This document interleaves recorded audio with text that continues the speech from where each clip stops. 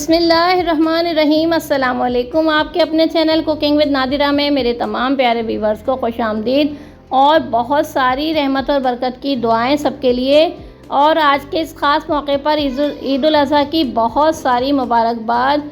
आज हम अपने प्यारे व्यूवर्स के लिए गोश्त को महफूज करने का साल हर साल पुराना और क़दीम तरीक़ा लेकर आए हैं। बिल्कुल सिंपल और आसान अंदाज में हम गोश्त को महफूज करेंगे कि हमारा गोश्त जो है 4 से 6 महीने तक आराम से हम इसको सेव कर लें।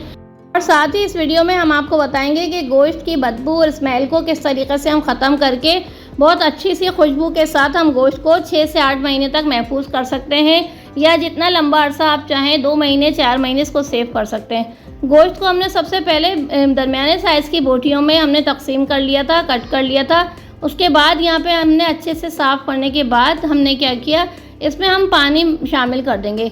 इतना पानी शामिल करेंगे कि हमारा गोश्त जो है वो अच्छे से डिप हो जाए। और यहाँ पे देखें, गोश्त में पानी डालने के बाद हमने 2 बड़े चम्मच खाने के भर के वाइट विनेगर सफ़ेद सिरका हमने लिया है, ये इसमें शामिल कर दिया।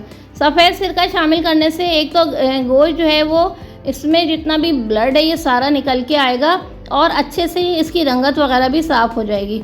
आधे घंटे तक हम इस गोश्त में जो है पानी डाल के और सिरका डाल के इसको इसी तरीके से छोड़ देंगे।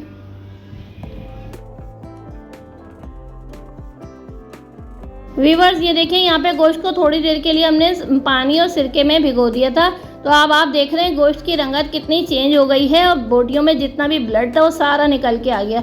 ये एक बिल्कुल महफूज तरीका है गोश्त को सेव करने का। इस तरीके से क्या होता है कि हमारा गोश्त काफ़ी अरसे तक, लंबे अरसे तक हम इसको सेव करके रख सकते हैं, क्योंकि गोश्त का ये जितना भी ब्लड है गोश्त में ये सारा निकल गया।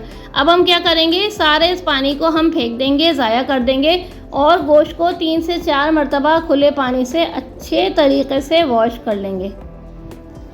तो यहाँ पे देखें, गोश्त का जो ब्लड वाला सारा पानी था हमने इसको ज़ाया कर दिया है। यहाँ पे हम खुले पानी से इस गोश्त को अच्छे से वॉश करेंगे और इतना अच्छे से वॉश करेंगे कि बोटियाँ जो है हमारी बिल्कुल ड्राई हो जाएंगी और इसमें ब्लड बिल्कुल नहीं रहेगा। जितना अच्छे खुले पानी से वॉश करेंगे गोश्त की स्मेल ख़त्म हो जाएगी, इसलिए क्योंकि गोश्त में जो स्मेल होती है वो ब्लड की होती है। जब ब्लड निकल जाएगा तो सारी स्मेल हम अच्छे से इसकी ख़त्म हो जाएगी। अच्छे से वॉश करने के बाद हम इसको थोड़ी देर ऐसे ही छोड़ देंगे ताकि इसका जितना भी पानी है वो अच्छे से खुश्क हो जाए। तो यहाँ पे देखें 15-20 मिनट हमने ऐसे ही गोश्त को छोड़ दिया था, सारा पानी इसका अच्छे से खुश्क हो गया। अब हम क्या कर रहे हैं, यहाँ पे हमने खुले मुंह का एक भगोना ले लिया है, बड़ा बर्तन ले लिया है, फ्लेम को हमने ऑन कर लिया है। अब इसमें हम क्या करेंगे, इस गोश्त को शामिल करेंगे और फ्लेम को कर देंगे हाई।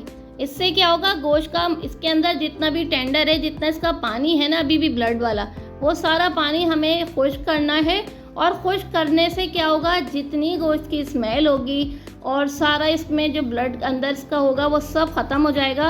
और गोश्त को हम अच्छे तरीके से 4-5 मिनट तक चलाते हुए तेज़ आंच पे हम इसका सारा पानी हम खुश्क कर लेंगे। ये एक बिल्कुल सेफ जो है वो तरीका है गोश्त को महफूज करने का, और इसमें किसी किस्म के कोई साइड इफ़ेक्ट्स नहीं होते और गोश्त हमारा लंबे अरसे तक महफूज हो जाता है। गोश्त की बदबू को दूर करने और इसमें खुशबू पैदा करने के लिए यहाँ पे हमने 3 से 4 अदद दालचीनी की डंडियाँ ली हैं, 2-4-6 हमने इसमें डाल दी हैं लौंगे, और ये 2 से 3 अदद हमने तेज़पात का पत्ता हमने लिया है, तेज़ पत्ता हमने लिया है, ये इसमें शामिल कर दिया। इन चीज़ों से क्या होगा, हमारे गोश्त के अंदर बहुत अच्छी सी भीनी भीनी सी खुशबू पैदा होगी। गोश्त को अच्छे से तेज़ आंच पे चलाते हुए सारे पानी को हम अच्छे से ड्राई कर लेंगे। तो यहाँ देखिए, हाई फ्लेम पे हमने गोश्त के पानी को ड्राई कर लिया। अब क्या हुआ, गोश्त का ऊपर का पार्ट जो है थोड़ा सा अच्छा सा ये भुना भुना सा हो गया है।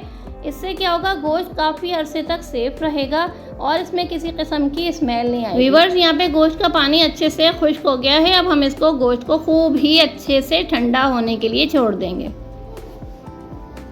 तो यहाँ देखें, गोश्त को हमने अच्छे से ठंडा कर लिया, सारा पानी इसका खुश्क हो गया।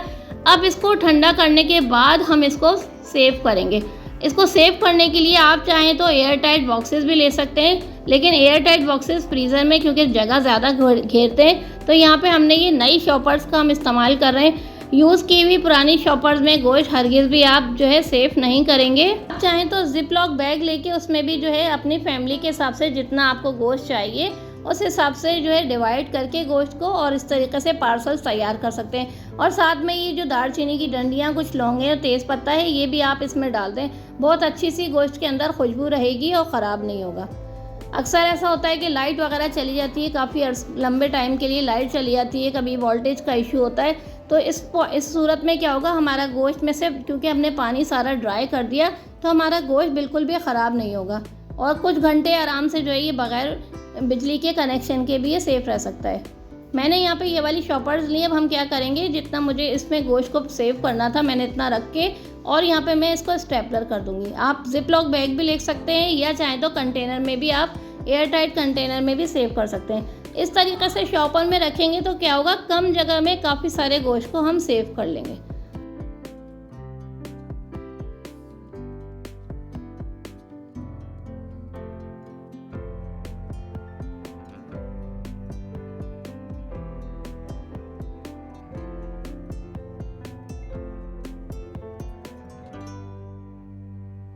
हाँ, देखिए कितने अच्छे तरीके से हमने गोश्त को पैक कर लिया है। कम जगह में काफ़ी सारी क्वांटिटी गोश्त की जो है वो हम इस तरीके से सेव करके रख सकते हैं। अपने प्यारे व्यूवर्स के लिए हम छोटे छोटे से टिप्स एंड ट्रिक्स जो है लाते रहते हैं ताकि हमारी तरह आप भी अपनी लाइफ को आसान बना सकें। कम जगह में काफ़ी सारा गोश्त सेव करके रखें और इस तरीके से पैक करने के बाद आप इसको फ्रीज़ कर दीजिए।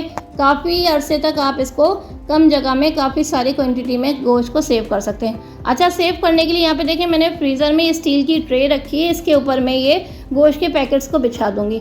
जब हार्ड हो जाएंगे, अच्छे से फ्रीज़ हो जाएंगे, तो आप इसको चाहे जाली पे रखें या डायरेक्ट ज़मीन पे रखें। लेकिन अगर अब इस पॉइंट पे हम अभी ज़मीन पर रखेंगे फ्रीज़र के, तो क्या होगा कि ये थैलियाँ जो हैं चिपक जाएंगी। स्टील के बर्तन पे जो है आप रखें, बहुत अच्छा रिज़ल्ट आएगा। तो मेरे प्यारे व्यूवर्स, अगर आपको ये तरीका अच्छा लगे तो आप भी अपने गोश्त को इसी तरीके से कुर्बानी के गोश्त को सेव करके रख सकते हैं। अगली वीडियो तक के लिए अल्लाह हाफ़िज़। वीडियो अच्छी लगे तो लाइक ज़रूर कर दीजिएगा।